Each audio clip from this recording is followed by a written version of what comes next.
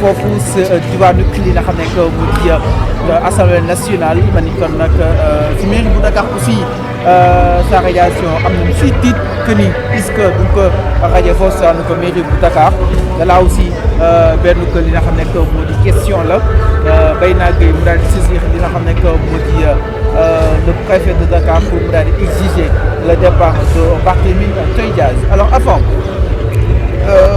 partout il a été peut-être agacé par l'article 277 ci li nga xam ne que muy assemblée nationale tey lan nga mën a teg tey su loxee askan wi pour dire que ni parti suñu toppee li nga xam ne que mu di la loi dina perdre sa mairie parce que Ngagne Demba Touré nee na si la loi s'applique Barth ne sera plus le maire de Dakar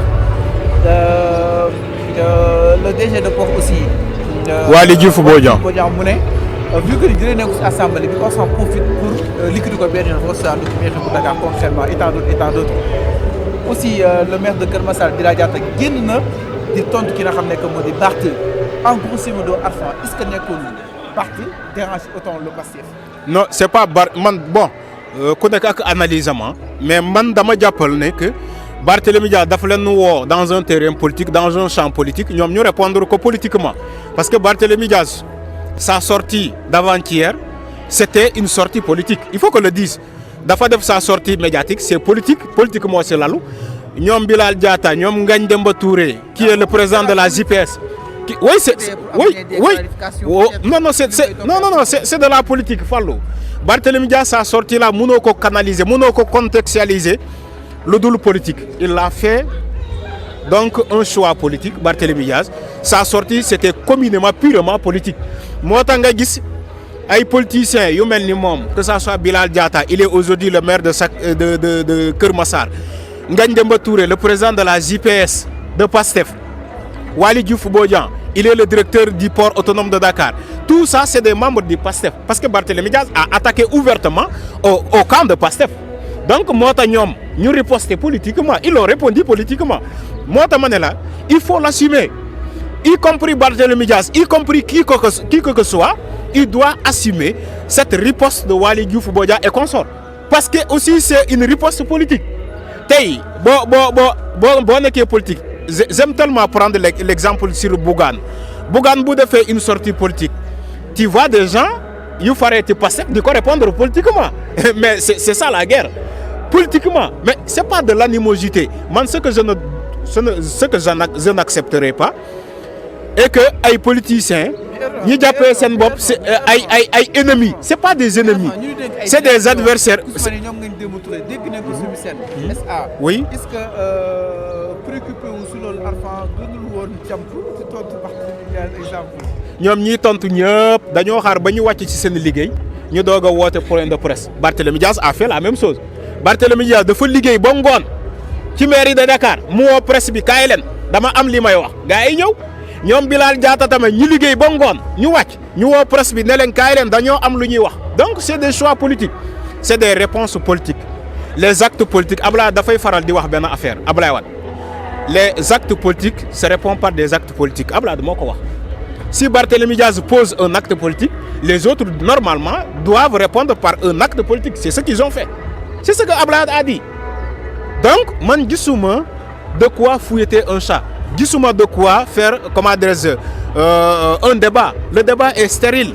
Mais avant, vouloir le limiter dans sa mairie de Dakar, là, ce serait mais aujourd'hui, est-ce que mais est-ce que c'est liquidé? C'est pas liquidé. On a appliqué les textes. Non, il y a des responsables. Non, soyons sérieux. Il y a des responsables qui nous disent exactement. Aujourd'hui. Mais il y a des responsables. C'est le DG de port, Waly Diouf Bodian, c'est un responsable. Je ne suis pas d'accord avec toi. Le cas. C'est un responsable. Oui, d'accord. Concrètement, peut-être question là. Il faut qu'on soit d'accord sur une bonne affaire. Okay. Man, je ne suis pas d'accord avec toi ni que dañ ko bëgg liquider wala dañ ko bëgg dañoo def acharnement contre la personne de Barthélémy Dias. Je ne suis pas d'accord. Li ma mën a jàpp mooy on a appliqué les textes. Aujourd'hui tey Regarde Fallo, sur quelle loi on s'est basé pour déchoir la mairie, Barthélémy Dias de la mairie de Dakar. Toutefois, qu'on passe à l'action. D'ailleurs, si nous appliquons l'article 277 du code électoral, moi, si nous appliquons l'article Bobo, Barthélémy Dias peut bel et bien perdre sa mairie. Si nous appliquons, il s'agit d'une loi. Ce qui s'est passé, ce qui s'est passé à l'Assemblée nationale, ce qui s'est passé à l'Assemblée nationale, ce qui s'est passé à l'Assemblée nationale, on a simplement appliqué une loi. Moi, l'article L61 de la Constitution, qui est la mère des chartes, des normes.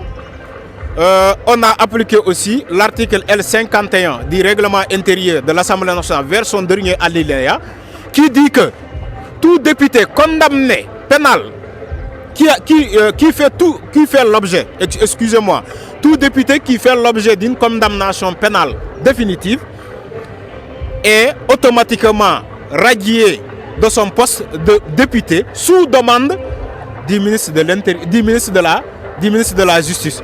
Donc lolu loi mo appliqué aussi kaw Barthélémy Dias. Amul lenen. Pendant tout ce temps, Pat n'a pas été inquiété oui. De son sort comme. Mais c'est tout à fait, c'est parce que l'ancien garde des Sceaux, Aïssata Tall Sall, moom a décidé de bàyyi Barthélémy Dias à l'hémicycle, moom moo jël choix boobu.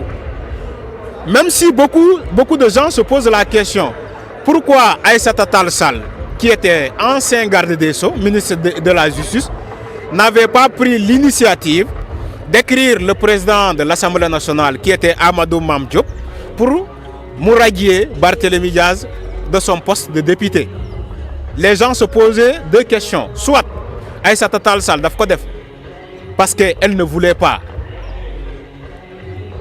Elle ne voulait pas parce que dafa nekkoon avocate ci dossier boobu. Soit elle daf ko def parce que moom ak Barthélémy Dias réeroowuñu. En fait, c'est ça la réalité. Le papa de Barthélémy Dias, c'est un militant de Benno Bokk Yaakaar. Le papa de Barthélémy Dias travaillait au palais. Donc réeroowuñu. C'est ça la réalité. Loolu moo am. Soit les deux là defu ko parce que moom moo nekkoon avocat ci dossier boobu. Wala defu ko parce que politiquement moom ak Barthélémy Dias réeroowuñu. C'est tout simplement. Mais bien sûr dafa takkee cirib ci dossier boobu du début à la fin. Dafa takkee cirib ci dossier Barthélémy Dias ak Ndiaga Diouf du début à la fin. Donc c'est sous la complicité justement peut-être d'Aïssata Sall que lii di xew-xew. Mais c'est ça la réalité. Malheureusement loolu moo am bu fekkee moom elle servait l'État du Sénégal. Barthélémy Dias ne devait pas terminer son mandat de la 14e législature. Elle aurait saisi donc le président de l'Assemblée nationale pour mu génne Barthélémy Dias. Parce qu'il faut appliquer des textes quand même. Il faut appliquer des textes. Mais la société civile, est-ce que ce ne serait pas justement beaucoup plus élégant vu que vous êtes confiant si li nga xam ne itam dénk na leen ko ngeen bañ a laale dara si li nga xam ne moo di maire bi. Attendez, xam nga Fallou société civile Afrikajom Center xawma lan ak lan quand il s'agit d'une loi qui s'applique on ne demande pas de l'élégance. maa ngi koy wax te de encore une fois quand une loi s'applique on ne parle pas d'élégance. nañu waxante dëgg l'élégance n'y est pas là où la loi s'applique. L'élégance ne distingue pas là où la loi ne distingue pas. C'est ça la réalité. En matière de droit, on te dit que la loi ne distingue pas. Donc il ne faut pas que les gens distinguent là où la loi ne distingue pas. Le cas de Barthélémy Dias, c'est juste une loi qui s'est appliquée. Donc on respecte la loi. Les décisions de justice sont à appliquer et à respecter. Donc le cas de Barthélémy Dias, c'est juste que ça. Il n'y a pas autre chose. Alors, nous sommes exactement sur le cas de Barthélémy Dias, li nga xam ne itam ñal na sur sa mairie waaye itam gis li nga xam ne itam mi ngi sur un tour les inquiétudes mi ngi dem allant dans ce sens et tant d'autres. Alors ñu daal ñëw itam si leen mbokk yi may fàttali ñi ngi en direct du Sénégal 5 TV en direct depuis la foire internationale de Dakar FIDAK C5